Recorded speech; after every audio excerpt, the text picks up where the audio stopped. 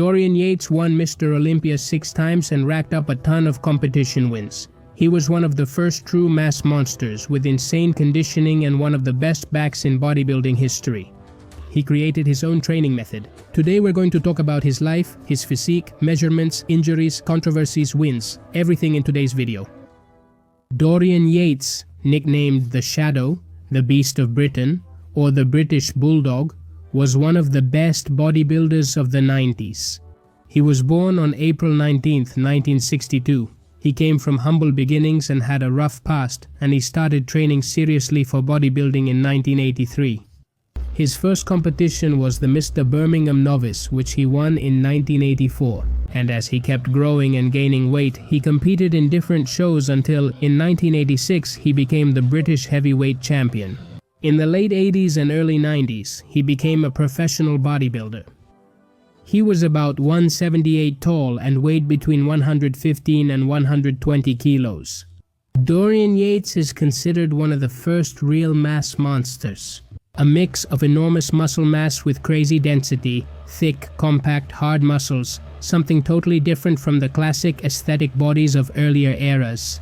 When he started competing at the pro level, he took second at the Night of Champions, a major contest at the time.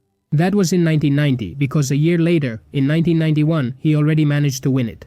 He also won the Grand Prix of England and took second in his Mr. Olympia debut. Dorian changed the whole idea of bodybuilding in terms of mass, definition, and hardness. He brought something different. His back was truly wide and thick, with insane density, super complete, super hard looking. He had an unbelievable physique. It didn't take long for him to win Mr. Olympia. He pulled it off in 1992, getting his first title. That year, he also won the Grand Prix again the next year, in 1993, and he did it again in 1994 too. And he won the Grand Prix in Spain, Germany, and England, along with several other competitions. His condition, his muscle definition was absolutely extreme. Paper-thin skin, that hollow, sunken face. During those winning years at Mr. Olympia, he beat Kevin Levrone, Flex Wheeler, Sean Ray, Lee Labrada, Chris Cormier, Nasser El Sonbati, and even Coleman in his early years. In 1995, he won Mr. Olympia again. In 1996, he took first again, once more. He also won the Grand Prix in several countries. He completely dominated those years. He crushed his opponents with clear superiority. His insane physique wasn't just genetics and chemical help. It was also a really solid diet, high quality, well calculated, and a training method he designed himself. The blood and guts method was Dorian Yates's modification and his own take on Mike Mentzer's method. Mike Mentzer's Heavy Duty was a super high-intensity training system aimed at maximizing muscle mass gains, with very low volume, short sessions, and low frequency. It focused on taking one set to absolute muscular failure. And that caught Dorian Yates's attention from the start, and he got inspired to create his blood and guts method. And it wasn't just physical, it was a mindset. He trained like every set was life or death, like his life depended on it. And in that, his training partner Leroy Davis would yell at him, hype him up, and push him in the key moments to give everything.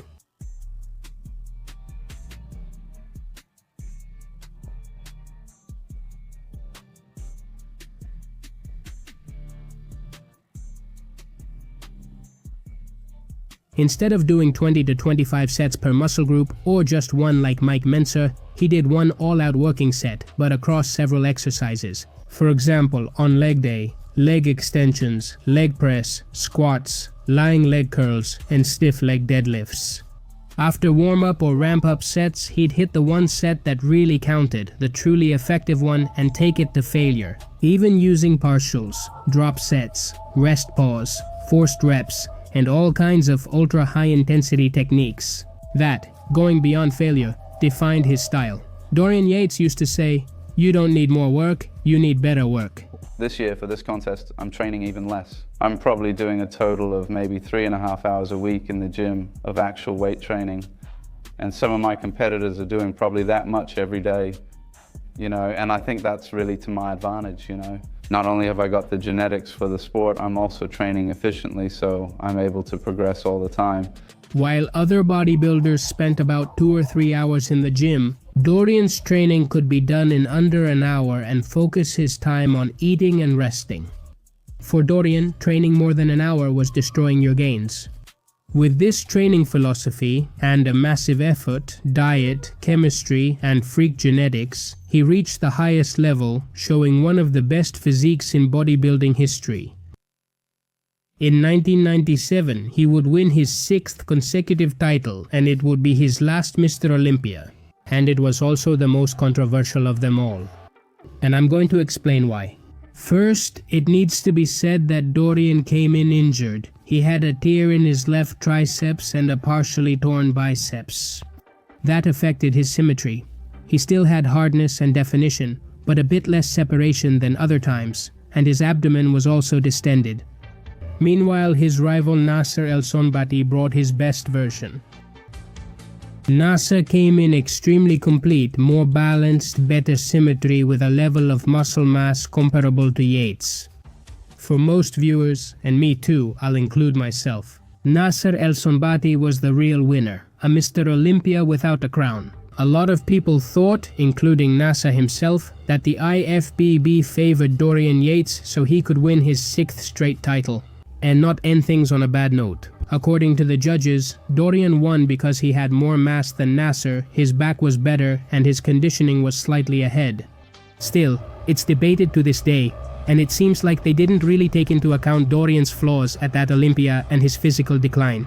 Years later, Nasser said the IFBB was a mafia, that the whole thing was a scam, and that he won 6 of the 7 poses.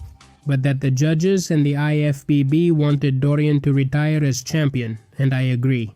I think Dorian Yates could have won 5 Olympias, but that 6th one is pretty questionable that he should have won. I don't know. What do you guys think? Either way, over his career he had 15 major wins in the Pro League, 6 of them being Mr. Olympia titles. He got 2 second-place finishes when he didn't win because he never placed outside the top 2 in any of his Olympia appearances. So basically, once he turned pro, he won pretty much everything. There was almost no way for him to lose.